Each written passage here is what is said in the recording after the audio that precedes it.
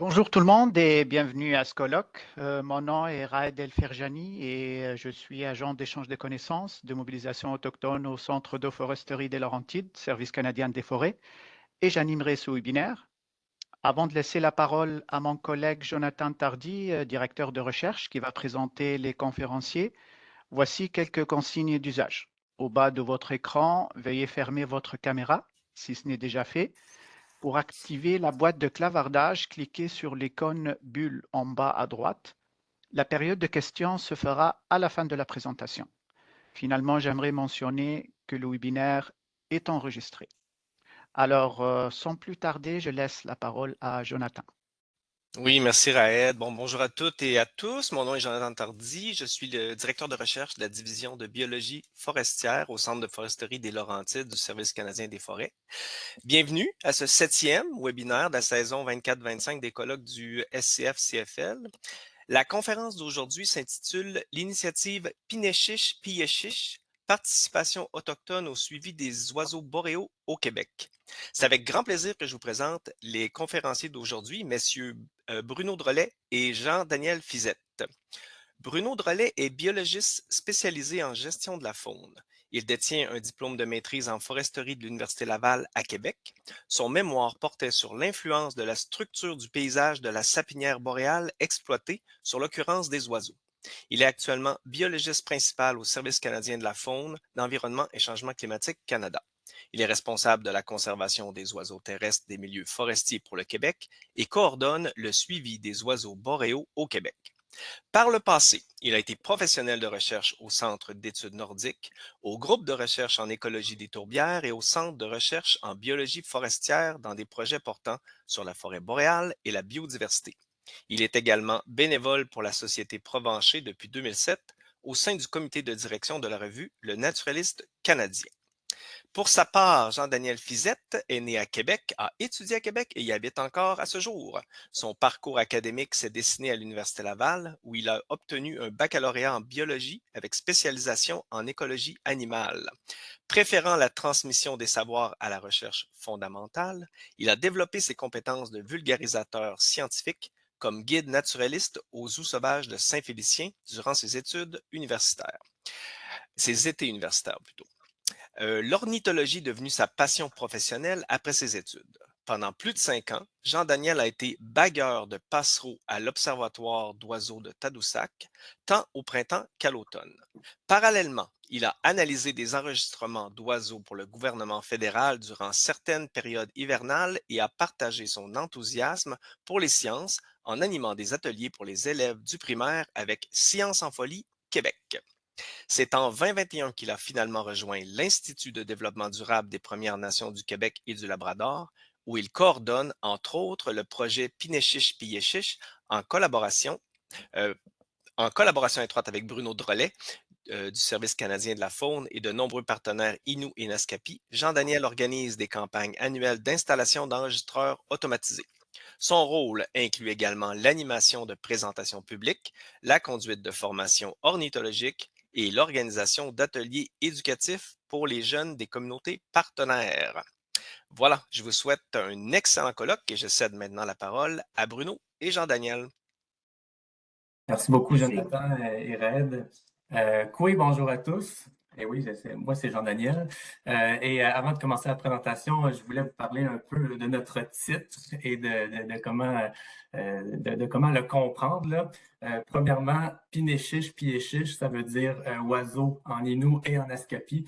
Donc, c'est pour ça qu'on a mis ces mots-là dans notre titre de projet. C'est pour refléter la langue des communautés, des nations avec qui on travaille. Et on a ajouté aussi une petite partie en Innu en dessous du titre qui veut dire au final ensemble pour l'étude des oiseaux. Donc, vous allez voir qu'on essaie d'intégrer des mots d'Innu et parfois de Naskapi aussi dans ce qu'on fait là dans nos projets. Donc, je suis très content d'être avec vous aujourd'hui et je vais passer la parole à mon collègue Bruno.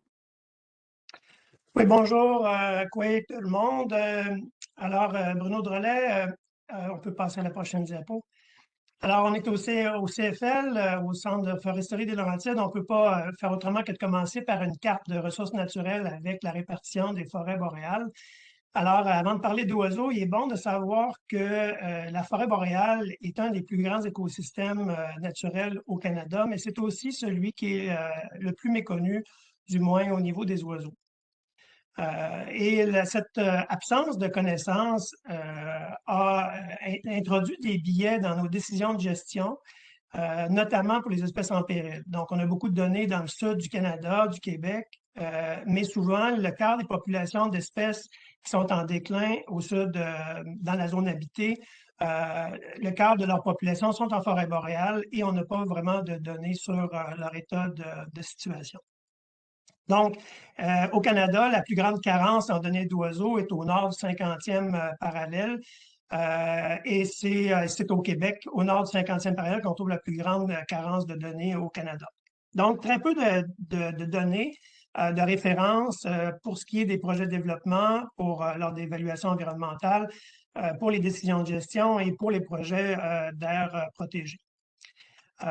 Et en terminant, bien, la forêt boréale, c'est la pouponnière des oiseaux des Amériques. Et on peut voir à droite, en comparaison, les données qui sont disponibles sur les oiseaux. Et on voit bien là, que c'est seulement la portion sud de la forêt boréale qui est bien couverte. Notamment au Québec, le deuxième atlas des oiseaux nicheurs de 2010 à 2014 qui a fourni une très grande quantité de données. Et on a à peu près couvert tout ce qui était accessible à partir des routes dans le reste de la forêt boréale, donc une grande partie non couverte.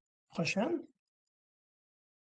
Donc, c'est pour ça que le Service canadien de la faune, Environnement et Changement climatique Canada, depuis plusieurs années, développe un nouveau programme qui est le suivi des oiseaux boréaux qui se déploie du Yukon jusqu'à Terre-Neuve, qui a des buts très simples, mieux comprendre la répartition et l'abondance des oiseaux, pouvoir voir comment cette répartition et cette abondance varient dans le temps pour établir des tendances des populations, trouver les sites d'intérêt qui ont de l'importance pour les populations d'oiseaux et localiser les oiseaux en péril.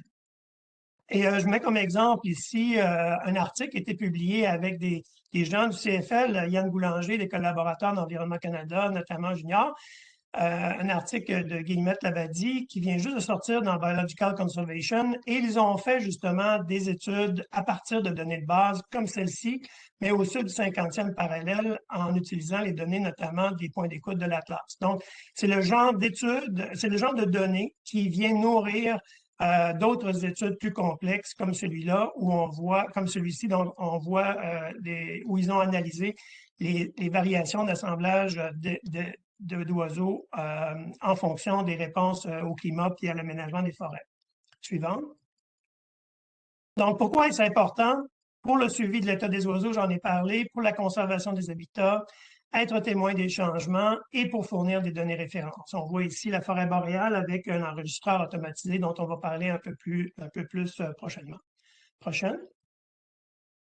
Donc, je le disais, le programme de suivi des oiseaux boréaux au Environnement Canada est un programme qui est géré par un groupe de travail sur la faune boréale qui réunit des gens du Yukon jusqu'à Terre-Neuve. Et au Québec, il y a moi qui ai le mandat de faire la mise en œuvre du programme. Et je travaille étroitement avec Camille Bégin-Marchand, qui est biologiste également au Service canadien de la faune. Et Junior Tremblay, qui est membre du comité de travail sur la vie faune boréale, qui est chercheur aux sciences et technologies d'Environnement et Changement climatique Canada. Vous reconnaissez peut-être des collaborateurs avec qui vous travaillez à travers le pays. Ce sont mes équivalents et les équipes équivalentes dans les autres régions. Prochaine.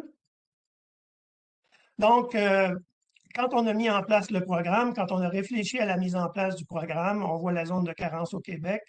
Il était impensable en 2020, quand on a mis en place le programme, de déployer un projet d'une telle ampleur sans qu'il y ait une connexion avec les nations autochtones. Nous étions également dans un nouveau cadre de référence au niveau fédéral, qui est celui de la réconciliation. Et donc, c'était une évidence pour moi, quand on m'a demandé de mettre en place le programme, de le faire en coordination étroite avec les Premières Nations qui utilisent le territoire et qui sont aussi dépositaires d'une connaissance fine du territoire. Je te laisse la parole, Jean-Daniel. Alors, je pense que c'est comme ça qu'on peut le mieux l'illustrer. Qu'est-ce que ça veut dire, ce que Bruno vient de dire là? Donc, faire un suivi des oiseaux dans la forêt boréale au Québec, c'est d'avoir beaucoup de collaborateurs et collaboratrices. Ici, on a illustré toutes les communautés et nations avec qui on a collaboré pour faire le suivi des oiseaux depuis 2020. Donc, ça vous donne une petite idée. Et tout au long de la présentation, quand on va parler des communautés avec qui on travaille, on a mis une petite carte là, qui va être en haut à gauche puis qui va vous aider un peu à les situer, là, donc de savoir où est-ce qu'on se trouve quand on parle de chaque communauté. Donc, on revient dans le pourquoi est-ce important. Donc, c'est ça. L'idée, c'est de faire un suivi des oiseaux boréaux, mais de ne pas le faire seul, pas le faire à un seul parti. Donc, c'est là qu'on voit un peu toute l'essence de l'initiative. C'est qu'il y a autant le suivi du Service canadien de la faune, mais que les Premières Nations y participent. Et en bénéficient aussi de ce suivi-là. Donc, on ne s'arrête pas juste au suivi des oiseaux boréaux, au suivi scientifique, mais qu'il y a plein d'autres retombées positives, là. Donc, on les a listés, on les a résumés ici, là. Il y a une grande partie de notre travail qui est d'aller parler aux jeunes dans les écoles parce que c'est quelque chose qu'on s'est fait demander, en fait, que Bruno s'est fait demander quand il a fait les premières démarches en 2020. Donc, on va parler aux jeunes de ce qu'on fait, des oiseaux, de notre métier pour essayer de les allumer un peu à la science, à la nature, aux oiseaux en général, finalement. Puis on en reparlera plus tard, mais on offre aussi de la formation avec les gardiens du territoire. Il y a des équipes de gardiens en place dans certaines communautés. Et en général, à ce qu'on partage nos savoirs avec les collaborateurs, mais qu'eux aussi nous partagent leur savoir. Et qu'on avance tous ensemble là-dedans. Et le dernier point, appuyer des projets d'art protégé, on va y revenir tout à l'heure, mais les suivis d'oiseaux peuvent servir à remplir d'autres objectifs que les communautés ils ont. Alors, une autre... oui, vas-y.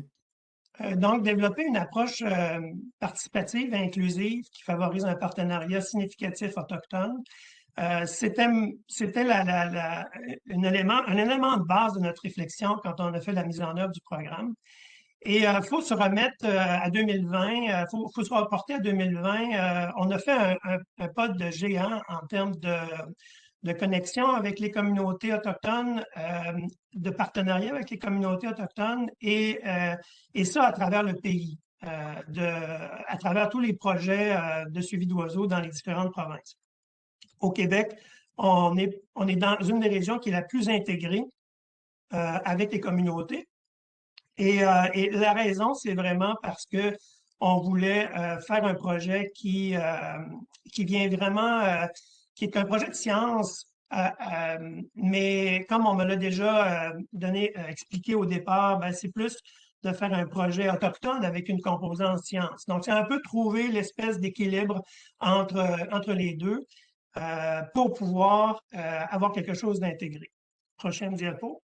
Et je rajouterais oui, pardon. Je rajouterais que c'est là que l'IDDPNQL aussi est venu et s'est intégré au projet. Donc, finalement, la mission de l'IDDPNQL, de l'Institut de développement durable des Premières Nations au Québec-Labrador, c'est justement de trouver cet entre-deux-là, ces compromis-là, ou de s'assurer que tout fonctionne dans le projet et que les intérêts et du Service canadien de la faune qui nous ont donné le mandat de soutenir le projet et les intérêts des Premières Nations soient rencontrés puis qu'on trouve un juste milieu entre tout ça.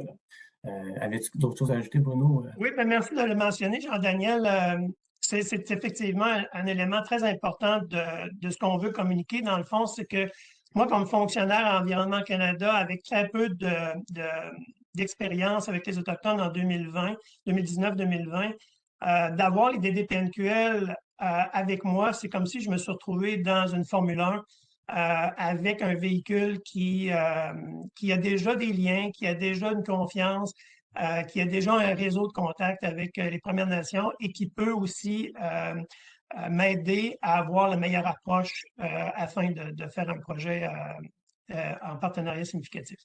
Prochaine diapo. D'ailleurs, le partenariat significatif, on est au CFL. Je pensais important de mentionner quel est-il selon le Conseil du Trésor. C'est une définition que j'ai trouvée justement en 2019-2020 qui m'a beaucoup inspiré, qui est quelque chose qui, dans le fond, est assez difficile aussi à mettre en œuvre. mais qui, au final, fait quelque chose de beaucoup plus stable, de beaucoup plus porteur. Donc, des interactions bidirectionnelles, en fait, vous allez le voir, ce sont tous des évidences, mais des évidences qu'on n'a peut-être pas toujours pensé de mettre en œuvre dans les projets de sciences au gouvernement. Donc, des interactions bidirectionnelles, ça veut dire de parler, mais d'écouter.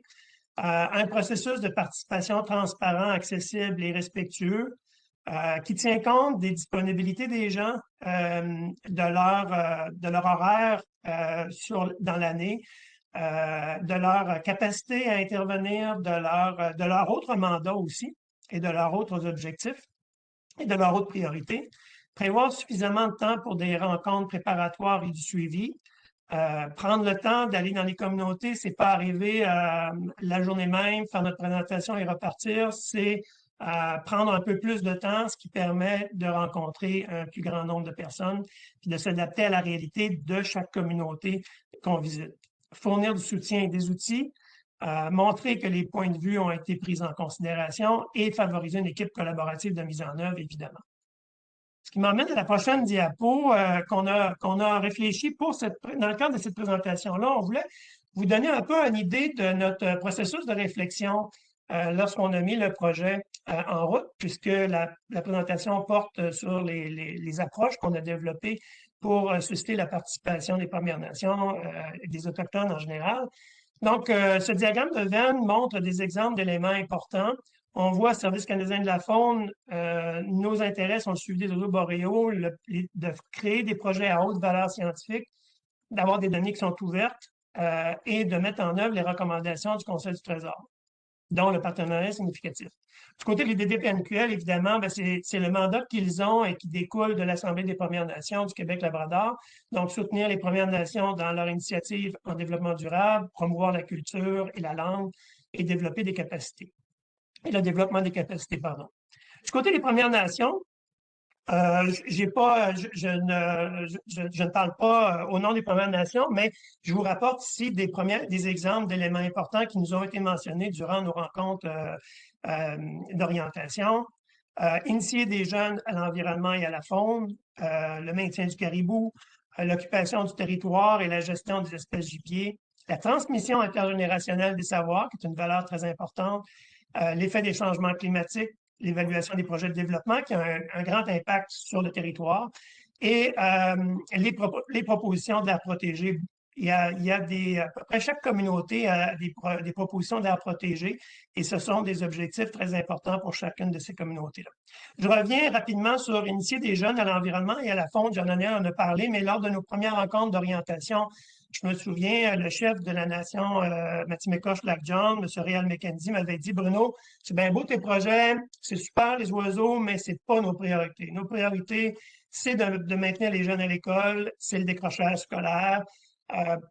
Ce qu'on te demande, et c'est ce qu'on aimerait que tu fasses, donc le lien entre le Service canadien de la faune et notre communauté, c'est qu'à toutes les fois que tu viens en communauté, viens parler aux jeunes. Viens communiquer ta passion, viens parler d'oiseaux, viens montrer ton dynamisme, le dynamisme de ton organisation, le type de travail que tu fais. Viens, dans le fond, inspirer les jeunes et les ouvrir à d'autres dimensions. Moi, je me souviens, comme jeune, j'ai eu ce genre de présentation-là et ça a été très inspirant pour moi dans ma vie. Alors, j'espère que... alors, j'ai beaucoup accroché à cette demande-là. Prochaine. C'est ce qui nous a permis de mettre en œuvre là, un volet très fort avec les écoles. Donc, le point commun entre le Service canadien de la faune et l'IDD-PNQL, c'est évidemment de faire la promotion de l'étude des oiseaux chez les Premières Nations. Et ça a donné avec la mise en place d'un fonds de contribution de l'initiative de partenariat autochtone, ce qui a pu financer ces travaux-là. Puis j'ajouterais que là, on parle de faire la promotion de l'étude des oiseaux. Idéalement, à l'IDD-PNQL, on offre un soutien qui est demandé par les Premières Nations, mais dans certains cas comme celui-ci, on peut avoir un mandat de faire la promotion d'une certaine étude, comme par exemple les petits oiseaux, c'est moins connu un peu dans les communautés avec qui on travaille. Donc, notre travail devient un peu de faire la promotion justement de l'étude des oiseaux, puis de montrer que ça peut avoir du bon. On y reviendra tantôt. La prochaine. Donc, le lien entre les DD-PNQL et les Premières Nations est également évident. Mettre sur pied des projets avec des retombées positives pour les Premières Nations, ça découle de leur mandat. Et le troisième, qui était moins évident au début, c'est de trouver justement, de venir réconcilier les objectifs du Service canadien de la faune, qui sont très techniques, qui sont très carrés, avec les objectifs des Premières Nations qui sont ancrés dans la réalité locale. Donc, les points communs qu'on a trouvés, c'est des rapprochements, c'est une volonté de rapprochement et de réconciliation, donc de communiquer, de parler, de se rencontrer, de vouloir travailler ensemble. Ça, c'est une donnée qui est très importante. C'est travailler avec les communautés, c'est avant tout un projet à dimension humaine. On s'est vite rendu compte qu'on avait des sites d'intérêt commun et aussi la capacité d'adapter les protocoles. Évidemment, dans un protocole, il y a des paramètres qui sont inflexibles et il y a des paramètres qui sont flexibles. Donc, si on peut bien évaluer les aspects d'un protocole qui sont flexibles, on dégage une marge de manœuvre pour pouvoir les adapter en fonction de la réalité et des besoins locaux. Et le partage, évidemment, des données entre les trois partenaires. Donc, dans le fond, l'idée qu'on vous soumet dans cette présentation-là, c'est l'idée de trouver un consensus, mais un consensus qui est pour chaque communauté en fonction de la réalité de chaque communauté. Pas seulement les nations, puisqu'elles diffèrent entre elles, mais aussi les communautés, parce que d'une communauté à l'autre, les capacités, les organisations à l'intérieur de la communauté ne sont pas les mêmes. Certains ont des bureaux de l'environnement, certains n'en ont pas, etc. Prochaine. Quand on parle de générer des données à haute valeur scientifique, c'est avant tout des données, quand on parle de projets en bioacoustique, c'est des données qui vont avoir qui vont utiliser des enregistreurs de qualité, donc en stéréo avec des micros sensibles, qui vont enregistrer au bon moment sur plusieurs jours. Un plan d'échantillonnage robuste et aussi un traitement des enregistrements qui est précis avec une écoute par des ornithologues experts et un nombre de fichiers qui est transcrit qui permet de calculer une probabilité de détection. En fait, toute l'idée de ça peut varier d'un projet à l'autre, mais la valeur fondamentale de faire un projet à haute valeur scientifique, c'est de s'assurer que la communauté et les partenaires, le projet génère des données qui, puisqu'elles vont être ouvertes, qui sont partageables. C'est pour ça qu'on a mis l'image d'un grand fleuve, ici la rivière Moisy. C'est qu'on peut faire un projet qui est de l'image d'un étang ou d'un petit lac.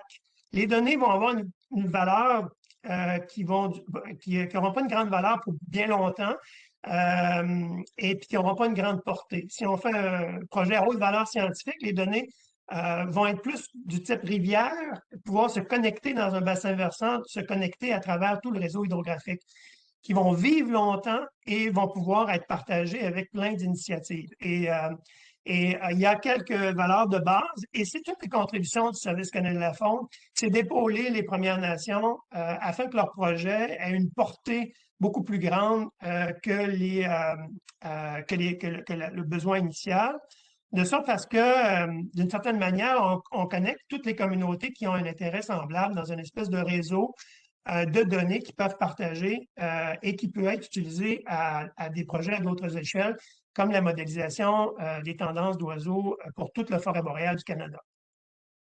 Et je le mentionne ici, là, le projet de suivi des oiseaux boréaux s'appuie justement sur un plan d'échantillonnage qui a été publié récemment sur justement une approche nouvelle où on tient compte là, du coût des habitats et des probabilités de sélection et qui introduit une sélection aléatoire des sites d'échantillonnage.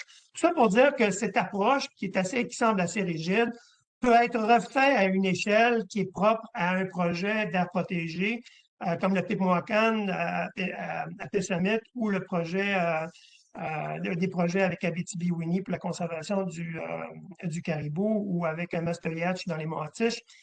C'est des approches qu'on a régionalisées, qu'on a adaptées pour rencontrer les objectifs régionaux et les objectifs des communautés.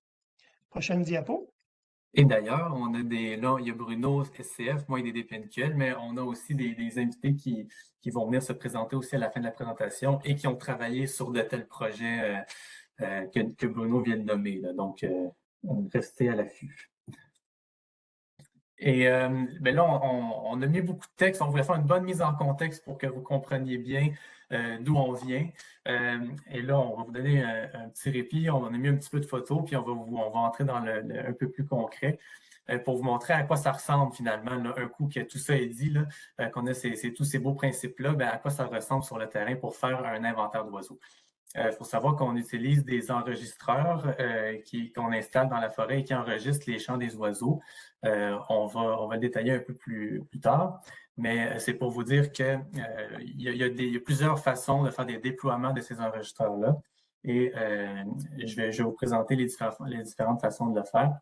Donc, ici, les photos, ça représente une installation qui se fait en hiver, donc en motoneige.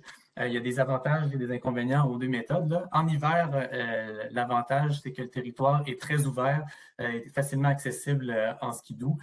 Et on peut envoyer les enregistreurs aux collaborateurs et collaboratrices. Ici, on voit Marie-Renée André Capèche, Conrad André Capèche. On en reparlera de Conrad tout à l'heure, un collaborateur depuis le tout début.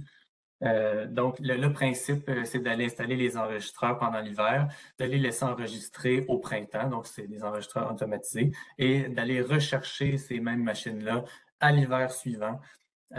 Et ensuite, ben, les données vont devenir accessibles. Donc ça, c'est un exemple qui a été réalisé avec des gens de la communauté de Matimeka-Schlagjun. Une autre technique, c'est d'y aller au printemps quand la neige a fondu. À ce moment-là, le territoire est beaucoup moins accessible. Donc, il faut y aller en hélicoptère. Ça c'est le genre de suivi que l'IDD PNQL on a mis en œuvre. On l'a fait plusieurs fois. En motoneige, on ne se risque pas. C'est un peu plus compliqué, plus technique. En hélicoptère, ça va bien. On a un pilote qui nous amène directement sur les sites, puis ensuite, il nous reste à marcher un peu pour aller installer les enregistreurs.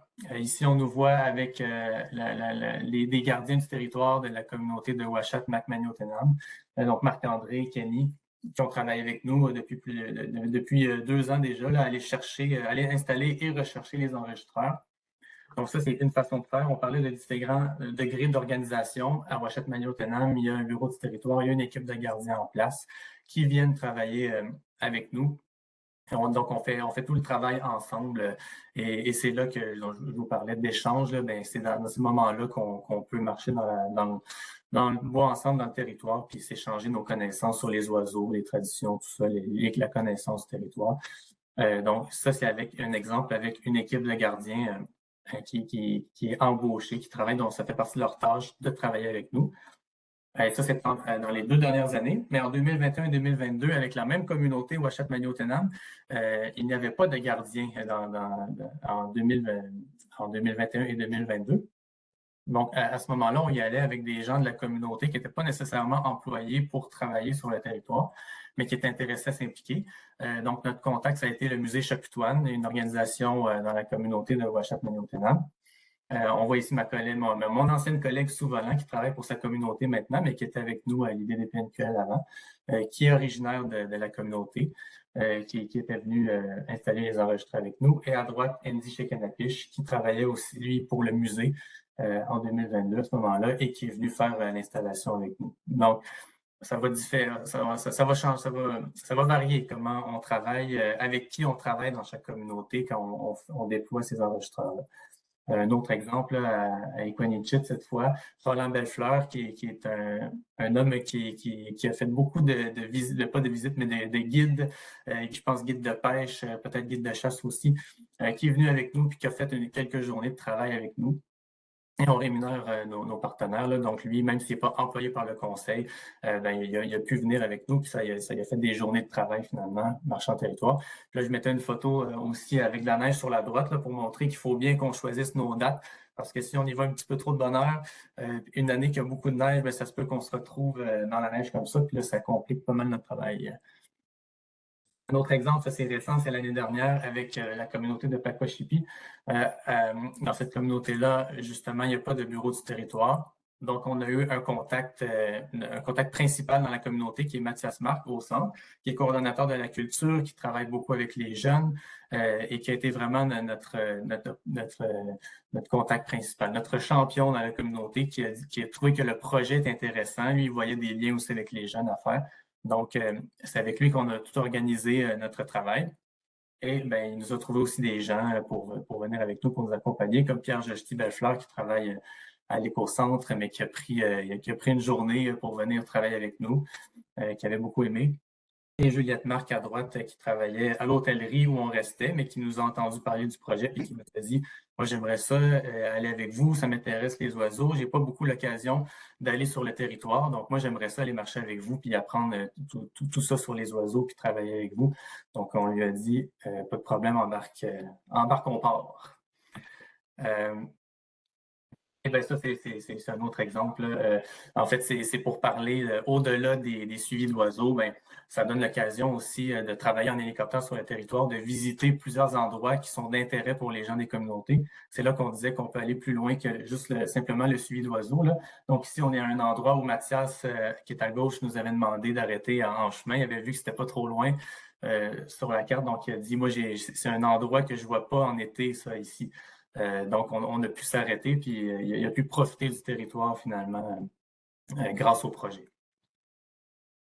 Bruno, voulais-tu dire quelque chose? Voulais-tu ajouter quelque chose? Non, ça va. OK. Le temps file cependant. Oui, c'est ça. C'est une dernière photo, justement. Ici, c'est un autre exemple, la communauté de Pessamit. On voit Samuel et Benoît qui vont intervenir à la fin de la présentation. Ça, c'est une collaboration qu'on a faite avec Pessamit où nous, on n'était pas sur le terrain avec eux, mais ils ont des employés en place, ils ont un bureau du territoire. Donc, en se coordonnant avec Bruno sur le plan d'échantillonnage, sur la façon dont fonctionnent les enregistreurs, ben, ils ont pu mener le projet par eux-mêmes et aussi avec le soutien, on voit Marianne Valcourt ici, de la Réserve mondiale de biodiversité des Monts Wapishka. Donc, il y a des partenaires qui se sont greffés au projet, puis là, ben, c'est un peu un projet que nous-mêmes, on n'a pas mené, mais que la communauté a pu mener par elle-même. Je laisse aller Bruno avec la suite. Alors, merci Jean-Daniel pour ce témoignage. Dans le fond, bon, vous avez compris, là, on travaille avec des enregistreurs et c'est ça aussi le changement. C'est que le fait d'utiliser des enregistreurs fait en sorte qu'on n'est plus obligé d'envoyer des ornithologues spécialisés pour faire des inventaires in situ. On peut envoyer des enregistreurs. Les enregistreurs sont entendus par les ornithologues par la suite durant l'hiver. Et ce dont on a besoin, dans le fond, et c'est là qu'on trouve le point commun, et c'est là qu'on voit la rencontre, c'est de gens qui connaissent bien le territoire, des gens du territoire pour venir avec nous installer les enregistreurs. C'est là qu'on peut faire intervenir les gens des communautés. Un peu d'informations techniques. Vous voyez, si tu veux revenir sur la diapo, vous voyez l'empreinte sonore des oiseaux. Dans le fond, ce que vous voyez ici, c'est une représentation des vocalisations des oiseaux.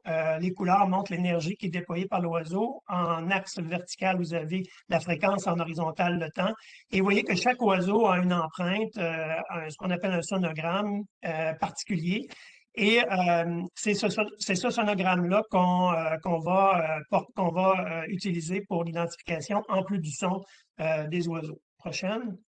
Donc, les enregistreurs sont programmables, ce qui nous permet d'enregistrer tôt le matin, tard le soir, la nuit, tôt au printemps, tard à l'automne, tard à la fin de la période d'identification, donc qui nous permet de bien couvrir la période de phénologie là, des oiseaux. Je n'ai pas le temps de m'attarder plus sur tous les aspects liés à l'échantillonnage bioacoustique, mais c'est aussi quelque chose qui permet, c'est aussi une avancée technologique qui nous permet d'avoir des données de meilleure qualité et moins biaisées. Prochaine diapo. Donc, on enregistre durant la période de nidification de la fin mai au début juillet. Prochaine diapo. Et dans le fond, ces enregistrements-là, qui se comptent à coups de milliers, là, le travail de 2024 représente la transcription de plus de 10 000 enregistrements de 1 minute, 3 minutes, 5 minutes. Ben, vous voyez ici, là, c'est des enregistrements qu'on met en ligne sur la plateforme WildTracks, qui est un projet collaboratif de l'Université de l'Alberta et du Alberta Biodiversity Initiative. Et sur cette plateforme, donc les ornithologues peuvent être n'importe où dans le monde là, pour écouter, pour transcrire ces données-là. Et ce qui est intéressant, c'est que les partenaires aussi peuvent aller écouter les enregistrements et voir les transcriptions. Donc, l'idée, c'est... et ces données-là aussi nourrissent une banque de données continentale là, sur les dialectes des différentes espèces d'oiseaux. Et ça vient se connecter avec toutes les initiatives de modélisation. Donc, une centralisation des données. Dans cette plateforme. Prochaine diapo. Alors, pour des exemples, je montre ici le champ, la signature spectrale là, de la mésange à tête brune, mais on peut reconnaître dans des sons plus graves le chant avec des syllabes courtes là, du merle d'Amérique et le chant très, très, très complexe et très fort là, de la parine obscure. Prochaine diapo. Donc, juste pour vous donner un peu un exemple, c'est la mosaïque d'oiseaux qu'on présente dans les écoles pour donner une idée des couleurs, des formes, de la diversité des petits oiseaux, dans le fond, des pénichiches. C'est pour vous donner aussi une idée de la diversité des oiseaux qu'on capte sur les enregistreurs. On capte pas seulement les oiseaux, on capte les mammifères, les amphibiens, évidemment. Prochaine diapo.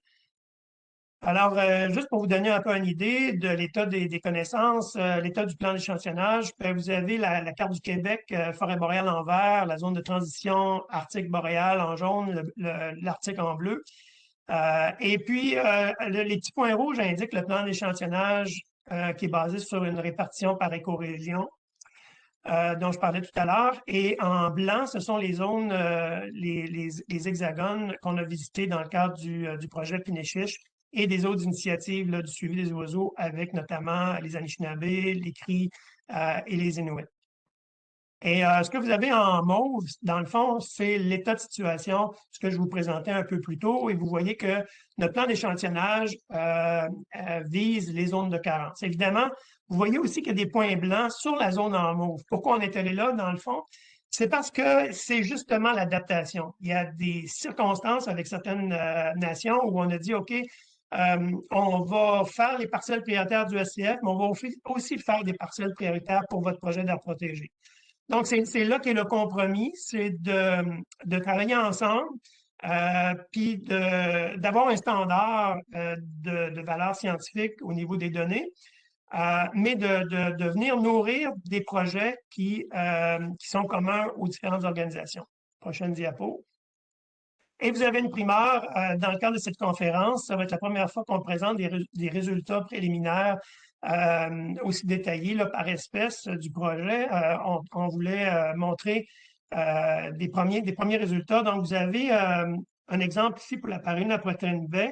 À droite, c'est la carte que je vous mentionnais tout à l'heure. La ligne, le vert pâle, c'est toute la zone qui a été couverte par le deuxième atlas, donc le sud de la forêt boréale, la zone, dans le fond, qu'on connaît bien, qui a été modélisée. C'est la zone aussi qui a été utilisée dans le cadre des travaux de Guillemette Labadie et Yann Boulanger.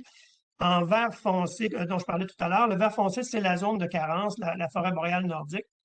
Les points blancs, c'est les endroits où on est allé. Les points bleus, c'est les endroits où on a eu de la paryline à poitrine baie. La paryline à poitrine baie est une espèce très sensible à la présence de la tordeuse du bourgeon d'épinette. Alors, dans le cas de la paryline à poitrine baie, ce qu'on se rend compte, si on regarde les cartes à gauche, la carte qui est publiée dans Birds of the World sur l'espèce, on voit que la présence sur la basse côte nord était inconnue. Si on regarde les données plus récentes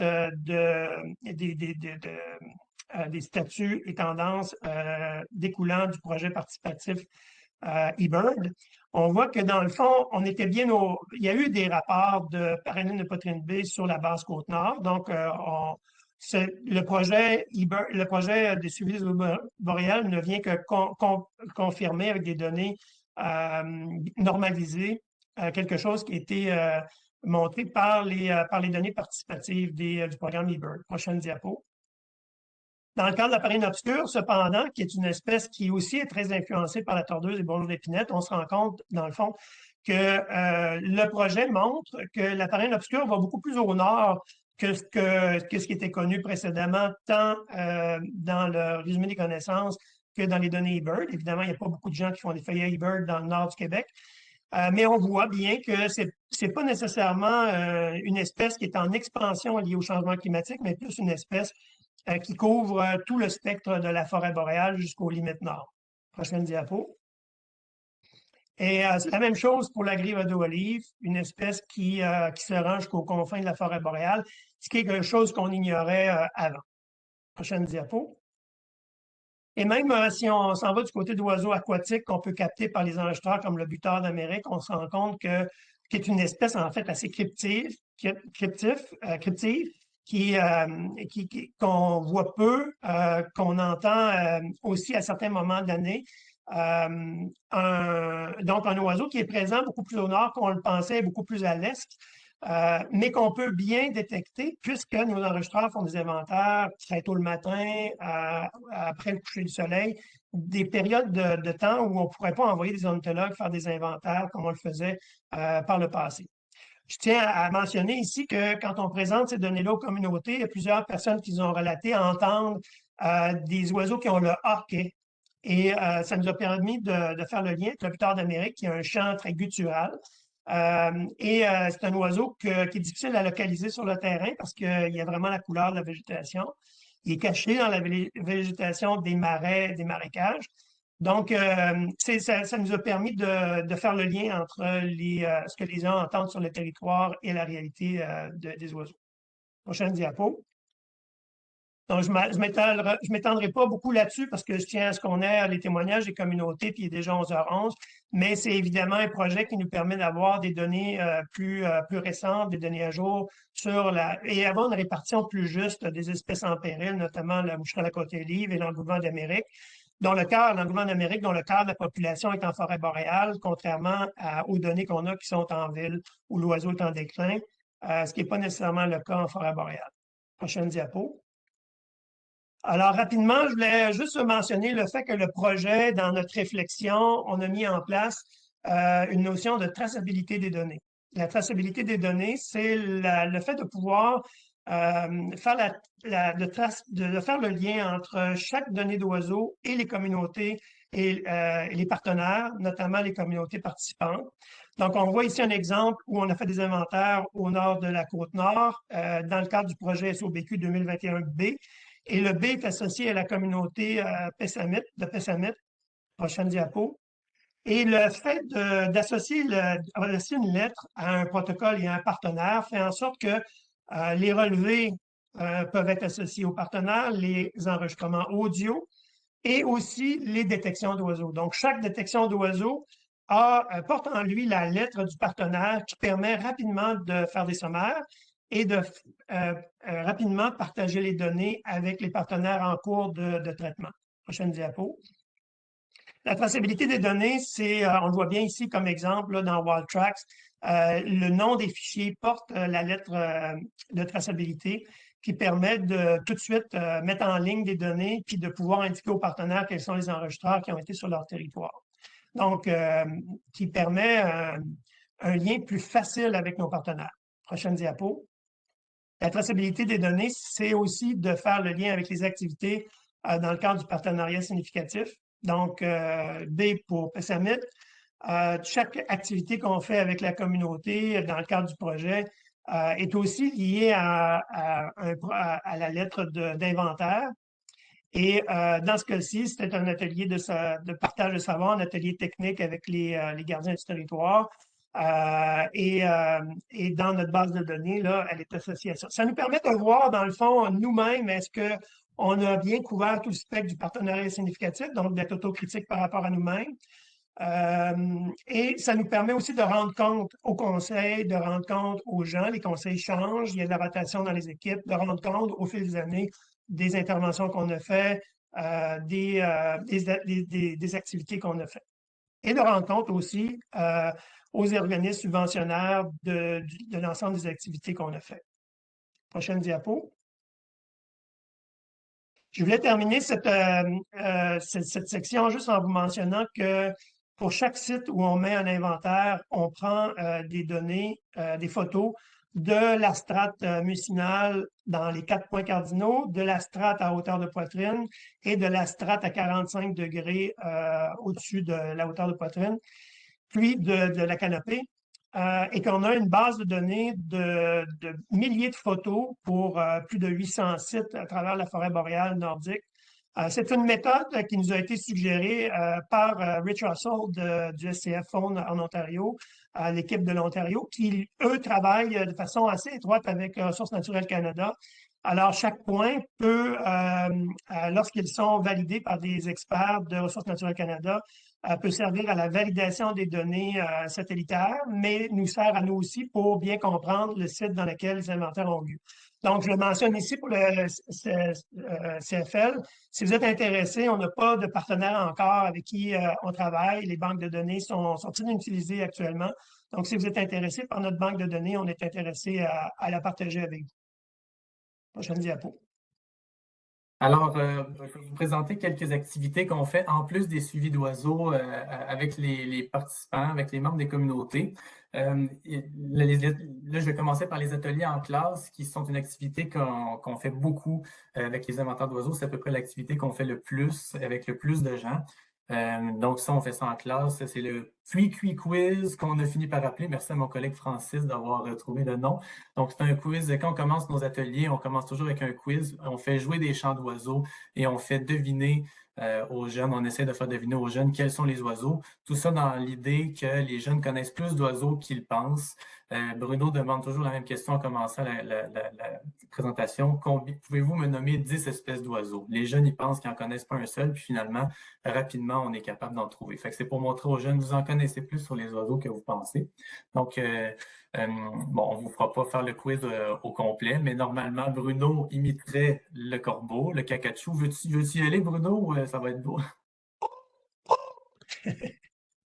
Fait que Bruno, il imite certains oiseaux, fait que ça ajoute un peu de dynamisme, puis les jeunes rient, les jeunes trouvent ça drôle. Et là, quand il nomme ou quand on trouve que ça fait assez longtemps, on monte l'oiseau.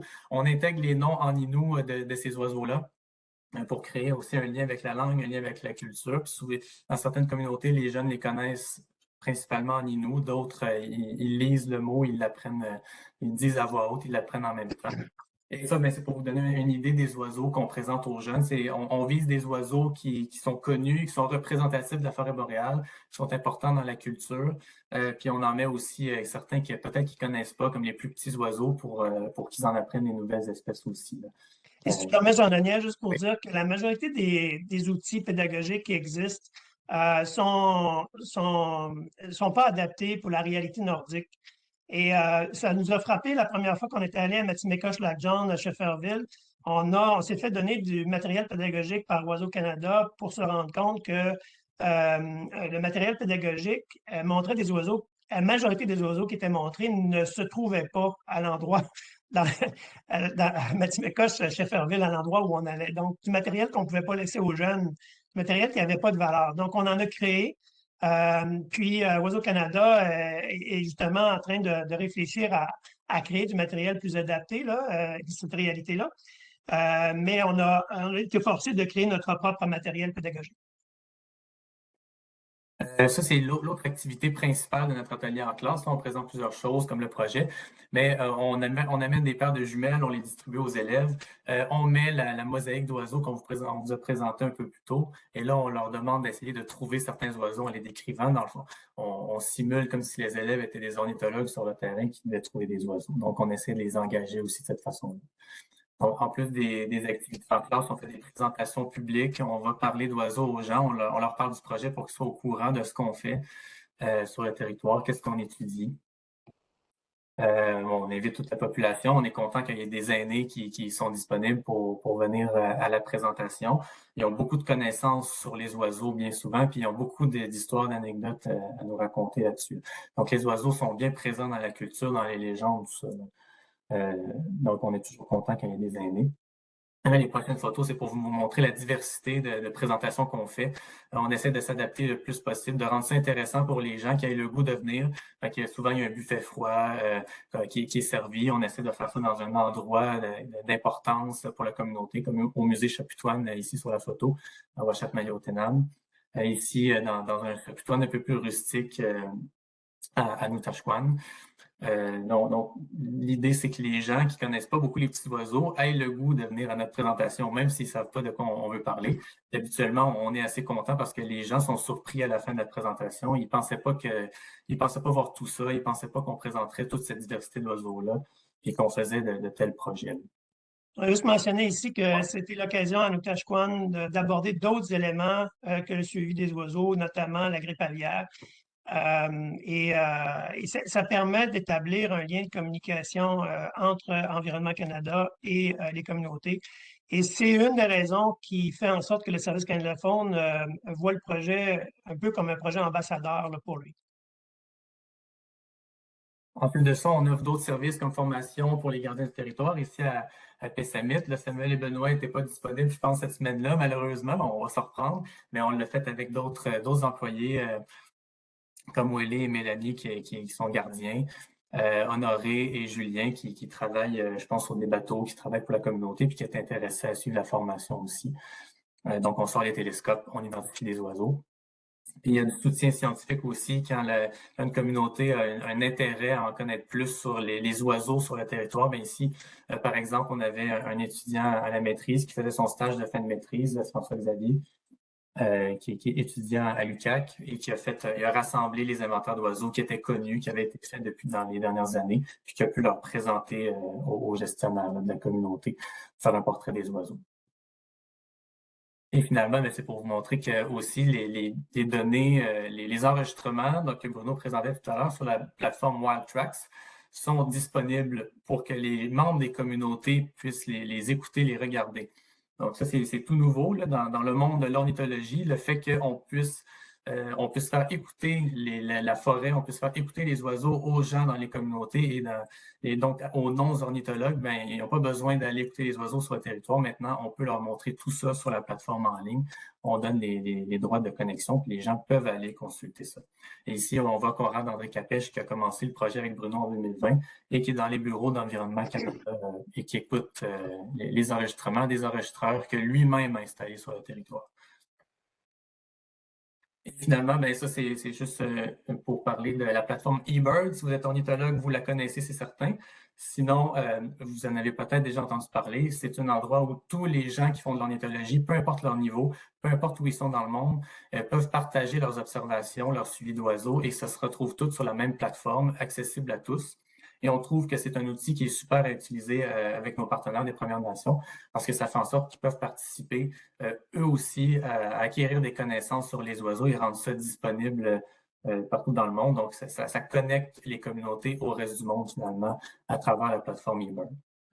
Et pour donner un exemple, la prochaine, rapidement, quand on est arrivé à Matimécoche, on s'est fait dire qu'il y avait des grands oiseaux blancs sur le territoire, des oiseaux on n'était pas certain de ce que ça pouvait vouloir dire en termes d'espèces. C'était pas clair non plus qu'est-ce que ça pouvait être. Avec les enregistreurs, on s'est rendu compte qu'il y avait des signes trompettes qui étaient une donnée tout à fait exceptionnelle. Prochaine diapo. Donc, une donnée qui a été publiée dans eBird dans le cadre du projet. 2 ans plus tard, 2 signes trompettes, dont un a été abattu par des chasseurs, qui a été récolté par les chasseurs au lac Atikamegan, près de Shefferville. Et en raison de la bonne connexion qu'on avait avec les gens des communautés, on a entendu parler, on a pu dépêcher tout de suite Conrad pour prendre des photos, des photos techniques pour pouvoir bien identifier le signe par le Musée national d'histoire naturelle du Canada. Ce qui nous a permis de faire cette publication-là aussi, et prochaine diapo dans eBird. Et c'est juste pour vous montrer un peu la contribution, dans le fond, de 2 données qu'on n'aurait pas eues par le passé, qui montrent que le rétablissement du signe trompette est en train de se faire beaucoup plus au nord et beaucoup plus à l'est qu'on le pensait dans la péninsule Québec-Labrador. Donc, dans des secteurs où l'espèce était présente par le passé. Et il est déjà 11h23, juste pour terminer rapidement, en 2020, quand on a commencé le projet, on a commencé la veille du déclenchement de la pandémie. J'ai eu l'autorisation de voyager parce que j'étais déjà parti. J'ai pu faire mon expédition d'installation des enregistreurs avec Conrad André à Matimécoche, à Shefferville, prochaine. On s'est rendu à 200 km vers le Kaniapiscau, à prochaine. Et c'est juste pour vous dire que le point fondamental de cette anecdote, avant qu'on passe au témoignage, c'est que lorsque je suis revenu à Québec, je me suis rendu compte que j'avais fait une erreur technique et qu'aucun des enregistreurs n'aurait fonctionné. Et donc, j'ai pris mon courage à 2 mains, j'en ai parlé avec mes supérieurs, mais aussi avec Conrad, mes partenaires, Et prochaine diapo, Conrad, on a fait une vidéo de formation, puis avec sa fille, son gendre, il est allé reprogrammer l'ensemble des enregistreurs qu'on a déployés sur le territoire à quelques jours avant le grand dégel où il n'aurait pas été capable là, de voyager en skidoo. Il l'a fait pendant 72 heures. Ils ont étalé d'un enregistreur à l'autre. Ça, pourquoi je vous parle de ça? C'est parce que, bon, Conrad a sauvé le projet, mais pourquoi il l'a sauvé? C'est ça le plus important dans le fond. Il ne l'a pas sauvé parce que c'était un projet du Service canadien de la faune. Il l'a sauvé parce que c'était un projet de leur communauté fait avec le Service canadien de la faune. Il savait l'importance de ces données-là pour le suivi de l'environnement sur son Nitassinan. Et donc, il le fait parce qu'il comprenait, il savait l'importance de ces données-là pour sa communauté, pour son conseil. Donc, les projets en partenariat avec les Premières Nations peuvent représenter un projet qui demande un plus grand investissement au départ. Mais je peux vous dire que, et dans ce cas-ci, c'est assez flagrant, qu'on sauve beaucoup de temps par la suite et ça va beaucoup plus vite et on est beaucoup plus efficace dans tous les aspects de mise en œuvre du projet. Alors, je remercie Conrad, là, et c'est grâce à lui que le premier projet de suivi des oiseaux boréales était un succès malgré la pandémie et malgré mes erreurs techniques. Et à la suite de ça, on a pu démontrer aux organismes subventionnaires la portée positive d'une telle approche. En terminant, on vous remercie de votre écoute. Un grand merci. Et juste avant de terminer, avant la période de questions, nous, on a poussé un peu le bouchon avec le CFL, là, parce qu'on est sorti du cadre pas mal. D'habitude, c'est un présentateur qui présente son projet. Là, déjà, Bruno et moi, on voulait le présenter ensemble, puis on s'est dit, mais c'est pas juste les DDPNQL et le Service canadien de la faune, c'est les Premières Nations aussi. Donc, on tenait aussi à vous présenter certains partenaires qu'on avait, des gens qui ont travaillé sur le projet. Jade, je t'invite, si tu veux, à ouvrir ta caméra aussi. Là, je vois que Benoît et Samuel, vous avez ouvert votre caméra. Donc, c'est juste pour qu'ils se présentent et qu'ils parlent un peu du travail qu'ils ont fait dans le cadre du projet. Donc, Benoît et Samuel, pouvez-vous vous présenter, donner votre titre, puis peut-être expliquer aussi un peu c'est quoi le travail que vous avez fait? Oui, salut. À ce moment-là, lors du projet, moi, j'étais agent territorial et ça a été une belle expérience. On a pu voir beaucoup de territoires qu'on ne voyait pas en temps normal. Puis ça a été une très belle expérience. J'ai fait une partie en motoneige au lac Damas. Puis après ça, en 2021-2022, je crois, j'ai fait l'autre partie avec Samuel, David, Marianne. Oui, comme on voyait sur la photo, là, avec la belle vue en arrière. Là. Ouais. Puis Jade, est-ce que tu es là? Oui. Moi, je suis coordonnatrice de projet pour les aires protégées, dans le fond, à Pequot-Canyons-Tequaken. Je travaille ici depuis 2023 sur les projets d'aires protégées. Super. Donc, c'était pour vous. On parlait aussi de différentes façons de fonctionner. Benoît et Samuel, eux, travaillent à Pessamit et on les avait approchés, la communauté, pour mettre en œuvre le suivi. Donc, ils ont été appelés à aller travailler sur le territoire. Et toi, Jean, c'est plutôt toi qui nous a approchés. Veux-tu parler du projet un peu? C'était quoi ton intérêt de faire des suivis d'oiseaux?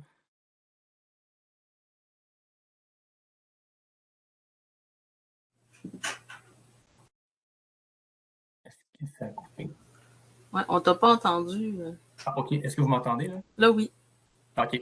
J'allais dire que Jade, toi, tu nous avais contacté parce que tu avais un suivi d'oiseaux que tu voulais faire. Je voulais que tu nous racontes un peu c'est quoi le projet, en fait, pourquoi tu nous as contactés finalement?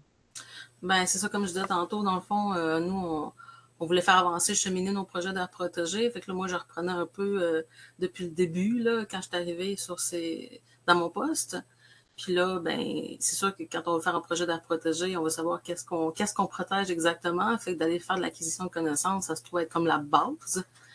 Fait que le territoire, un des territoires là, qui est quand même proche du lac Saint-Jean, là, un peu au nord, qu'on avait ciblé comme projet potentiel, on voulait justement aller faire de la caractérisation un peu et faire des inventaires. Là, moi, j'avais entendu déjà parler par le passé du projet Punisher dans d'autres ateliers avec les DDPNQL. Fait que là, je m'en suis rappelé. Fait que là, puis là, je pense qu'il y avait eu une présentation à un moment donné, je sais plus dans quel cadre. Puis là, j'avais revu Bruno, puis toi, justement, Jean-Daniel. Puis là, j'ai dit, il faut qu'on les contacte, tu sais. Fait que là, j'ai vu ça comme un peu une opportunité de collaboration, justement, pour faire cheminer nos projets. Puis au niveau de l'acquisition, ben ça a été un succès, là. C'est quand même, c'est fun de voir qu'est-ce qu'on a sur ces territoires-là qui sont d'une importance aussi culturelle pour nous autres, là, à Maastricht. Une belle collaboration là, bilatérale, là, vous l'aviez déjà mentionné, mais je tenais à le redire, que les projets soient à la fois pour vous d'un intérêt, mais aussi pour nous. Fait que ça a été une plus-value. Puis, soutien technique, merveilleux. Nous autres, on n'avait jamais joué avec ça, là, des enregistreurs, puis de savoir comment les utiliser, les déployer.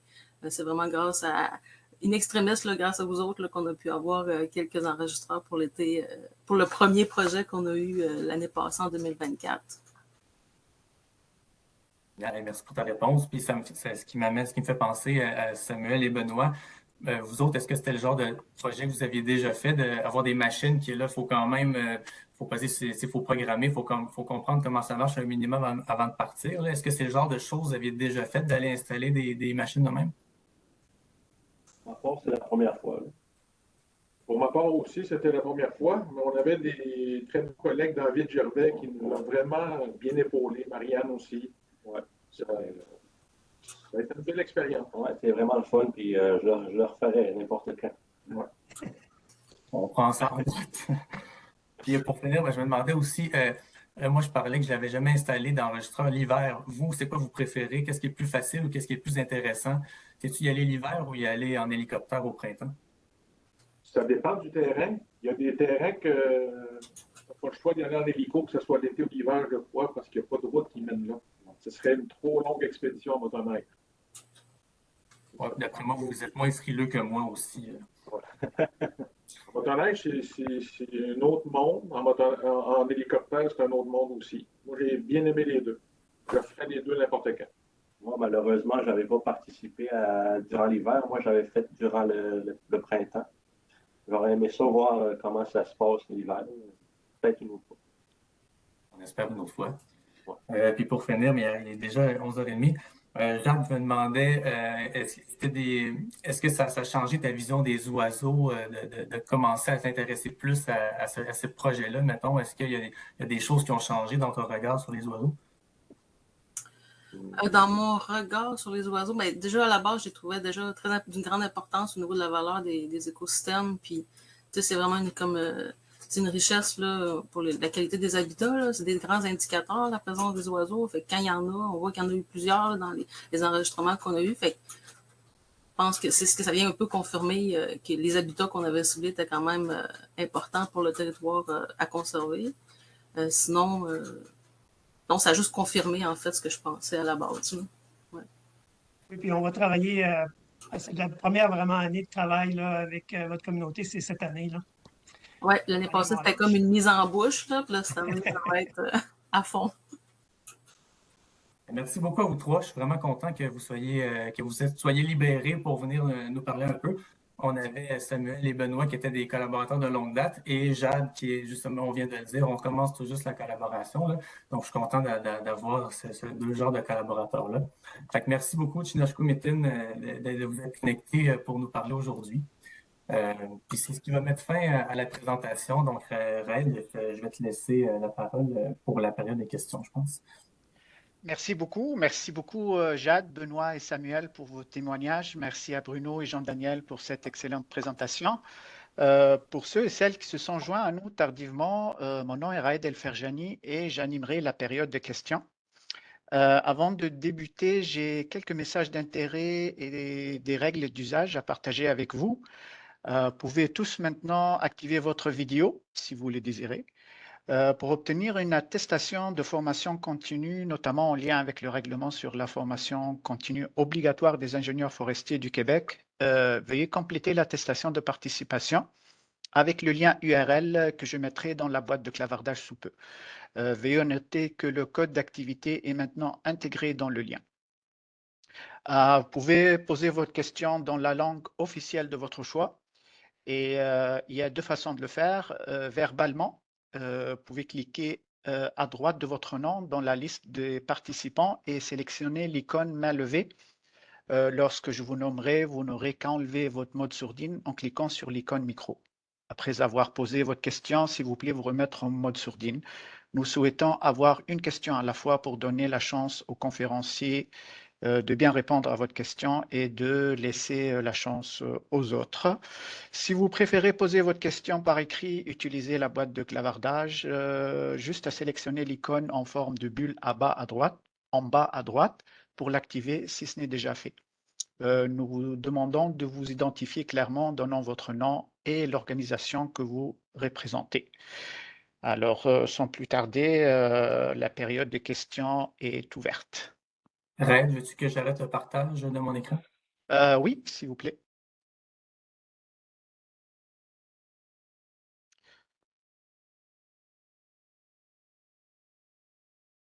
Donc, Moi, je ne suis pas sûr de comment faire. Ah, ici, il est trouvé. ouais. Là, le partage est arrêté. Alors, vous pouvez, comme je viens de mentionner, vous pouvez poser votre question oralement ou par écrit dans la boîte de clavardage. Et on a déjà une question, ou plutôt commentaire. Félicitations pour ce beau projet. Dans le cas, la question est de Marc-André Villard. Félicitations pour ce beau projet. Dans le cas des espèces à statut précaire, exemple GRBI, MOCO, etc., est-ce que les données sont cartographiées à mesure afin qu'elles soient prises en compte dans les projets de développement? Oui, merci Marc-André pour ta question. Effectivement, on est en train de développer le pipeline des données et les données vont cheminer dans WildTracks, dans BAM, dans NatureCount, dans Canavis, dans toutes les bases de données. Donc, il y a un archivage au niveau national, mais au niveau local, les données sont aussi dérivées vers le Québec, vers le SCF Québec, et le SCF Québec traduit ces données-là en format SOS-POP pour être éventuellement versées dans la base du CDPNQ, le Centre de données sur le patrimoine naturel du Québec. Donc, les données d'espèces en péril, statut fédéral ou provincial, les localisations exactes vont devenir des occurrences dans le CDPNQ éventuellement. On ne l'a pas fait encore. On est dans la phase de développement pour le faire automatiser pour toutes les années. Merci Bruno. On a une question de Jade. Ouais, ben moi, c'est une question avec le signe trompette, là. Oui. Ouais, j'ai comme stické là-dessus, mais sa présence au nord est due à quoi exactement? C'est difficile à expliquer, mais on sait que historiquement, le cygne trompette utilisait un vaste territoire qui se rendait même jusqu'à Terre-Neuve. C'est une espèce qui a virtuellement été éradiquée, qui a disparu à la fin du 19e siècle. Okay. Puis il y a eu des programmes de rétablissement très sévères qui ont fait en sorte que les populations se sont rétablies. Ce qui est intéressant de voir, c'est qu'on a des individus qui explorent dans des régions où il y a déjà eu du cygne trompette par le passé, où on pense qu'il y a déjà eu du cygne trompette par le passé.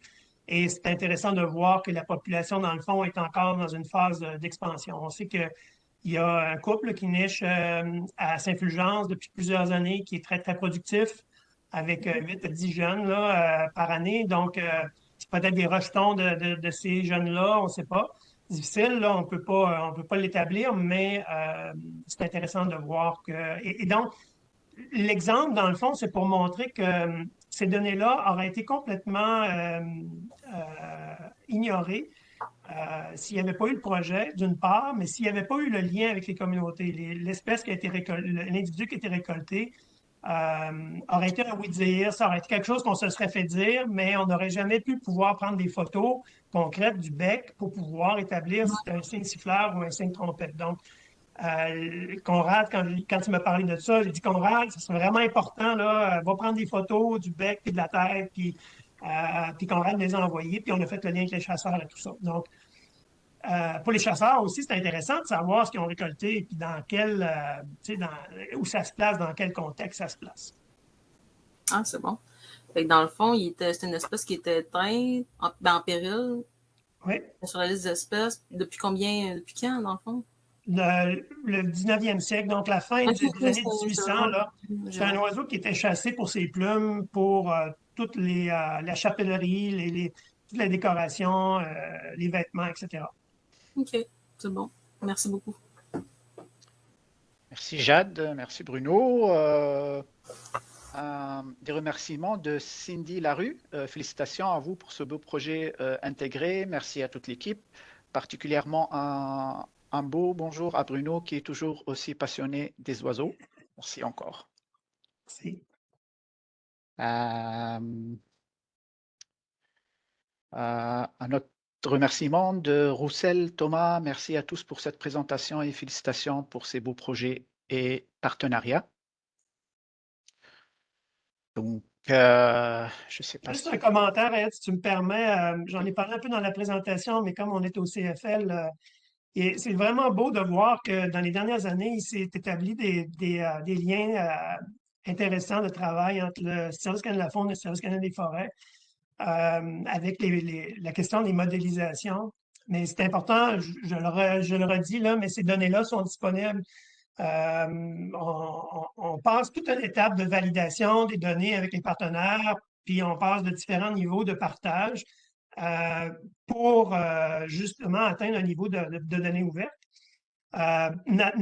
Et c'est un aspect dont je n'ai pas parlé, mais de discussion sur la sensibilité des données, etc. Mais ces données-là sont ouvertes et ils vont être disponibles pour la modélisation. Et donc, c'est super qu'on puisse créer le genre de travail comme celui qui a été publié pour le sud de la forêt boréale là, au niveau de la modélisation. Donc, j'encourage des liens très forts là, entre nos deux organisations à ce niveau-là. S'il y a des gens qui sont intéressés par nos photos, comme je le disais, bien, ils sont disponibles également. Très bien. Stéphane, tu as une question? Oui, oui, en fait, j'ai une curiosité, Stéphane, Service canadien des forêts. C'est à propos des enregistreurs, c'est officiel qu'il y a définitivement beaucoup de positifs là. On peut enregistrer sur du long terme, on peut déployer, revenir les chercher.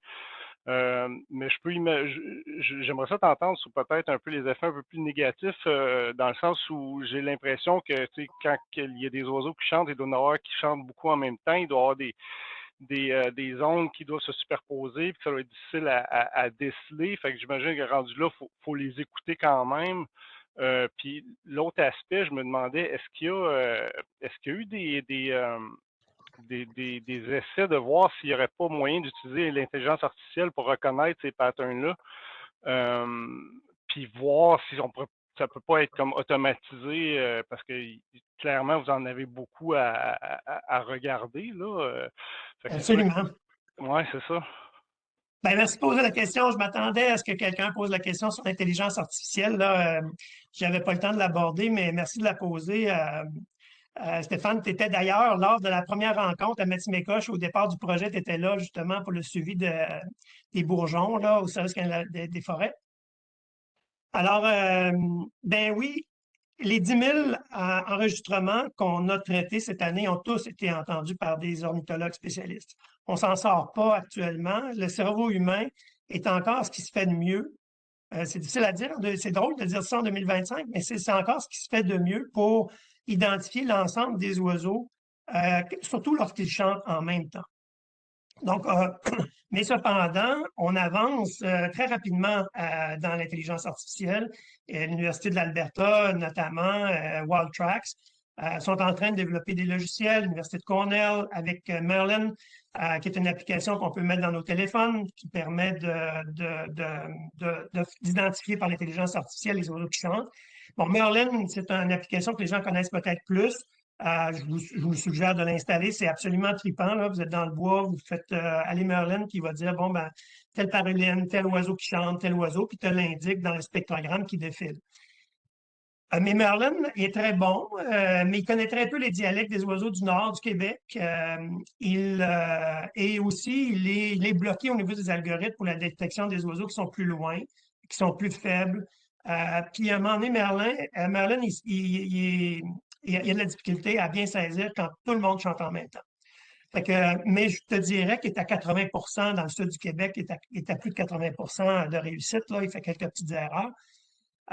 Fait que oui, dans le futur, on va utiliser l'intelligence artificielle, mais pour le moment, ce n'est pas le cas.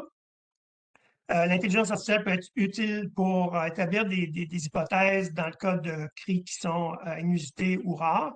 Mais en même temps, s'ils sont inusités ou rares pour un ornithologue qui connaît tous les oiseaux, ça se peut que l'intelligence artificielle ne les connaisse pas non plus. Donc, que ce soit par l'intelligence artificielle ou que ce soit par des ornithologues, l'important, c'est un des piliers de la donnée à haute valeur scientifique, c'est qu'il faut que ces données-là soient validées par des ornithologues, puis qu'il y ait des filtres. Il faut aller valider les oiseaux dont les mentions sont inusitées, donc à plusieurs, où on ne s'attendrait pas qu'ils soient dans certains secteurs en termes de temps ou en termes d'espace, comme le fait eBird dans le fond. Même les données eBird sont validées par des réviseurs régionaux, par des réviseurs nationaux, puis par un comité d'homologation au Québec. Et donc, c'est la même chose avec tout projet scientifique. Ça fait que on ne pourrait pas, selon moi, on gagnerait beaucoup de temps avec l'utilisation de l'intelligence artificielle, mais il faudrait quand même avoir une étape avec des ornithologues pour valider le travail. Mais on y arrive, puis dans peu de temps, on va pouvoir passer des milliers d'heures d'enregistrement dans l'intelligence artificielle. Moi, je trouve ça un peu dommage. C'est un peu comme quand les automobiles ont remplacé les chevaux, là. Je trouve ça un petit peu dommage parce qu'on donne de l'emploi à beaucoup d'ornithologues. Ça qu'il va falloir trouver une façon de mettre les ornithologues à contribution également dans le futur.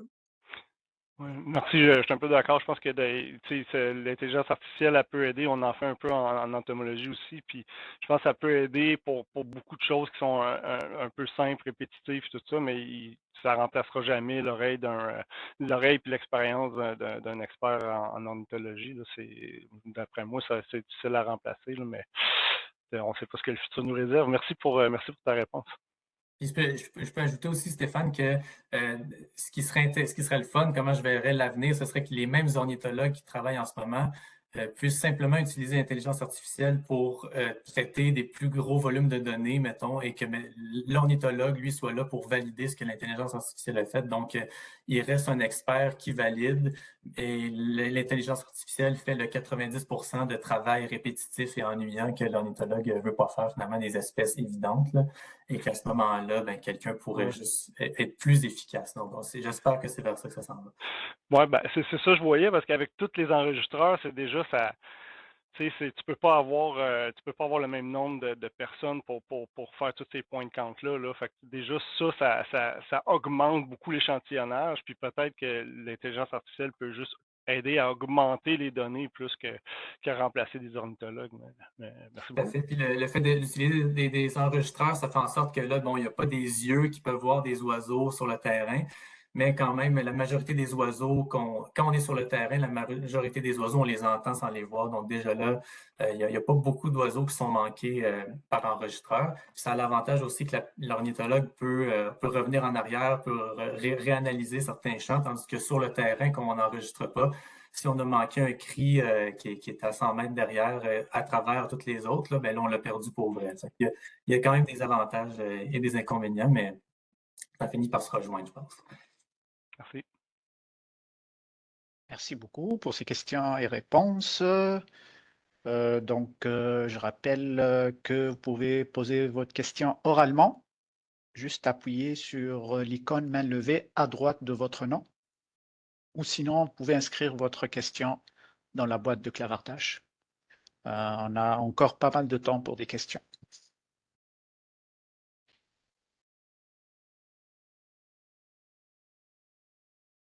Je profiterai peut-être aussi pour dire qu'on a montré beaucoup le travail qu'on a fait avec les communautés Innu. Mais on commence le travail cette année de plus près avec la communauté de Kawachikama, qui est juste à côté de Matimeka-Schlagjun, près de Shefferville. Et aussi, les Anishinaabe ont commencé à nous contacter aussi, mais un peu comme Jade l'a fait, contacter Bruno avec des projets de suivi d'oiseaux et demander du soutien pour le côté plan d'échantillonnage, déploiement des enregistreurs, tout ça, là. Donc, les communautés de Lac-Simon et de Abitibi-Winnie entrent aussi dans le projet depuis l'année dernière. Je voulais le mentionner. Oui, puis une des choses intéressantes de ce projet-là, c'est que le projet est un peu comme une cafétéria, dans le fond, où on propose un certain nombre de services, mais qui s'adaptent aux réalités des communautés. Puis avec Abitibi-Winnie, par exemple, ils font à peu près tout le travail technique, de l'installation des enregistreurs jusqu'à la sélection des fichiers, le téléversement dans WildTracks, etc. On aide, dans le fond, on est beaucoup plus en appui pour prendre des décisions qui assurent de générer des données à haute valeur scientifique au profit du projet et de la communauté. Oui, on a une question de Anouk.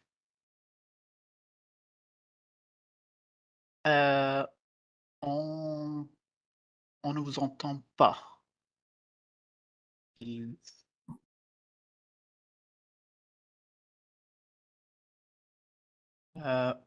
Votre micro est fermé, d'après ce que je vois.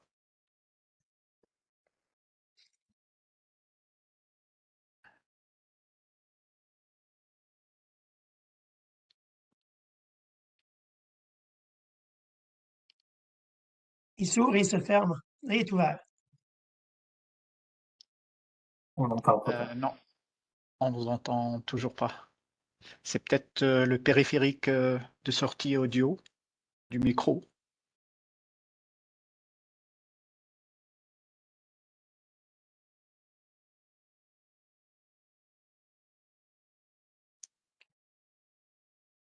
Non, toujours pas.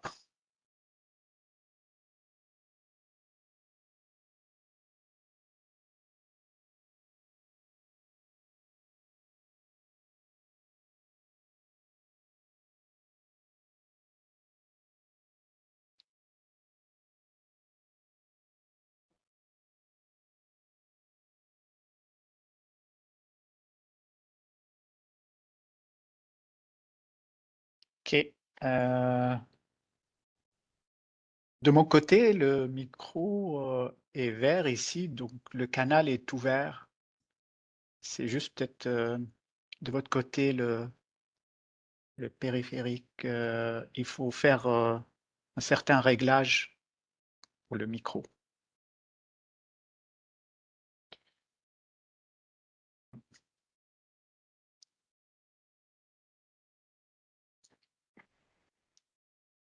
Non, on n'entend rien.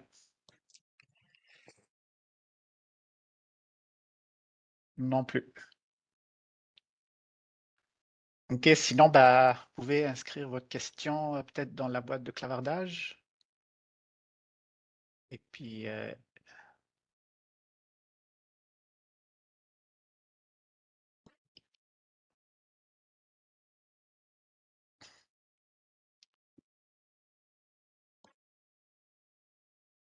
je ne sais pas s'il y a d'autres questions en attendant la question de Anou. Désolé, je devrais quitter rapidement en plus. OK, il n'y a pas de problème. Alors, d'autres questions orales, écrites? On a encore du temps pour 2-3 questions.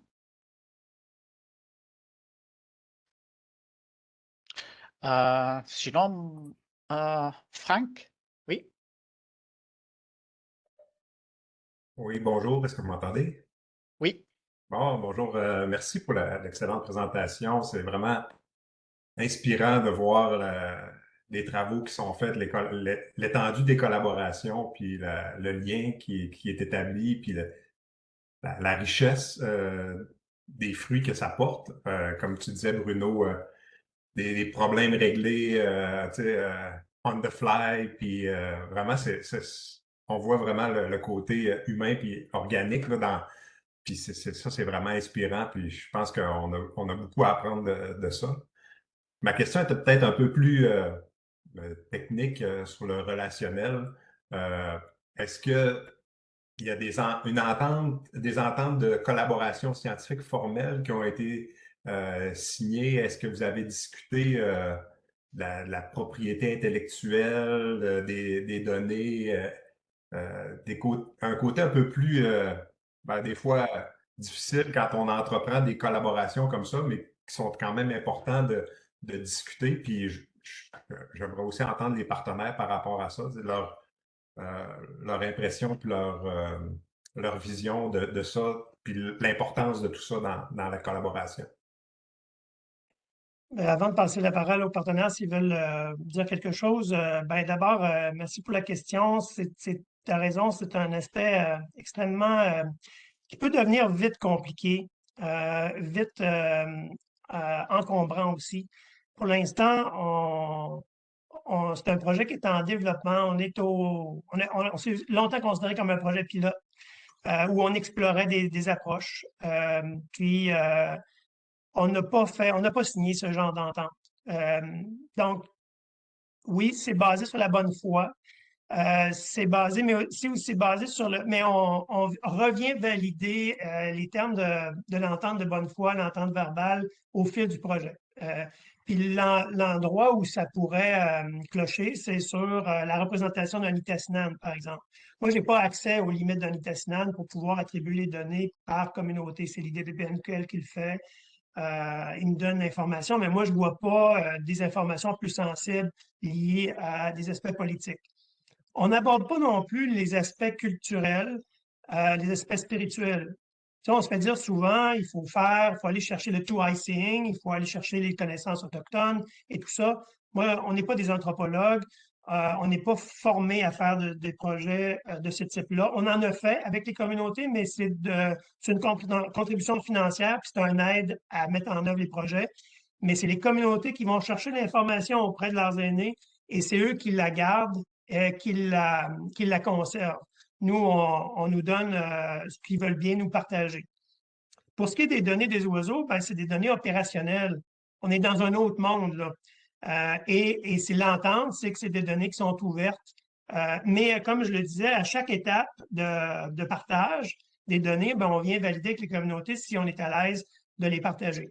Mais c'est des données qui sont non sensibles. On n'est pas dans des projets caribou, on n'est pas dans des projets gibier, on est des projets d'oiseaux chanteurs. Donc, c'est complètement une autre réalité. Évidemment, on pourrait formaliser toutes ces choses-là dans des documents, mais je pense que ça aurait enlevé beaucoup de liberté, de flexibilité, que ça n'aurait pas nécessairement amélioré la confiance, le lien de confiance qu'on a établi avec les communautés. Fait que oui, tu as raison, on va la vue, puis on va sur la base de la confiance, puis qu'éventuellement, on va peut-être arriver dans des situations où il va falloir avoir des ententes plus formelles, notamment avec des communautés qui ont des structures gouvernementales plus développées. Pour l'instant, on n'a pas eu à le faire chez les Inuits, les Naskapi, les Anishinaabe. Dans le cas des Anishinaabe, c'est leur projet. On est là en appui. Donc, ce n'est pas notre projet, c'est vraiment leur projet. Donc, c'est un peu ce que je pourrais dire, Jean-Daniel. Je ne sais pas si tu veux... Puis à la base aussi, avant de donner la parole à Jean-Daniel, c'est un projet de l'IDDPNQL dans lequel le Service canadien de la faune est partenaire. Donc, il y a aussi ce climat-là de confiance que c'est un projet autochtone à la base, qui a une forte composante scientifique par le Service canadien de la faune. Comme vous voyez, je prends beaucoup de place, mais à la base, c'est un projet de l'IDDPNQL. Puis, je pense que ce qui est bien avec le fait d'étudier les oiseaux, c'est que c'est des données qu'on ne veut pas nécessairement cacher. Là, je pense à des projets d'aires protégées. C'est souvent des données pour démontrer qu'il y a une biodiversité dans un certain secteur, puis on gagne à ce que ce soit connu. Jade, Benoît, êtes-vous d'accord avec ça? Tout à fait. J'ai pas grand-chose à rajouter, honnêtement. Bruno, t'as bien dit. De toute façon, c'est pas des données culturelles que vous recherchez, c'est vraiment la présence ou non des espèces sur le territoire qui sont enregistrées.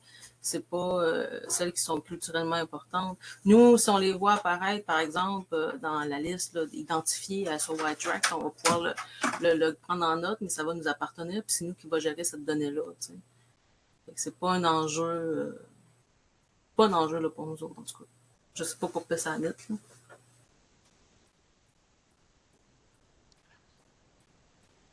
Moi, je suis pas mal du même avis que Jade.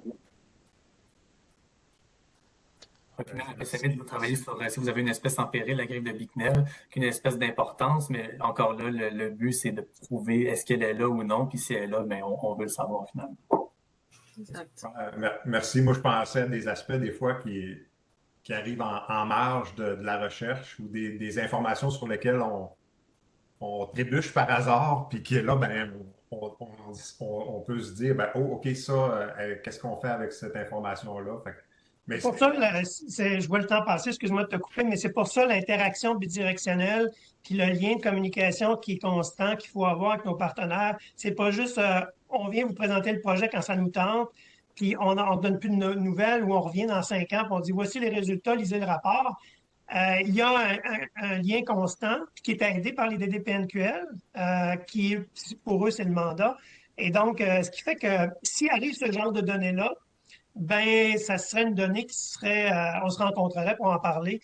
Puis là, ben, il y a toutes sortes de mécanismes qui existent pour la flouter ou pour l'exclure ou pour la rendre non accessible ou pour exclure une base de données. Et d'où l'importance de la traçabilité des données.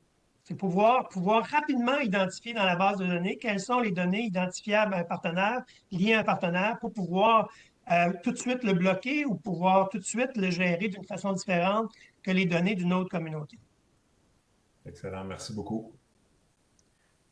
Merci beaucoup à vous toutes et tous. Il est midi, on arrive au terme de ce colloque. Merci encore à Jade, Benoît, Samuel. Merci à Bruno et Jean-Daniel pour cette présentation, l'initiative Pichiche, participation autochtone au suivi des oiseaux boréaux au Québec. En terminant, j'aimerais vous remercier de votre participation, de votre intérêt au colloque du CFL. Et je vous donne rendez-vous le jeudi 17 avril avec le prochain colloque intitulé « La filière de la biomasse forestière et l'intégration de la chaîne de valeur, quels défis en 2025 ?» Ce colloque va être donné par Jean Hamel, ingénieur en chef à FP Innovation. Je vous invite à surveiller notre fil de nouvelles sur la plateforme LinkedIn pour en savoir plus. Je vous souhaite un excellent après-midi et à la prochaine. Merci, Red. Merci Merci tout le monde.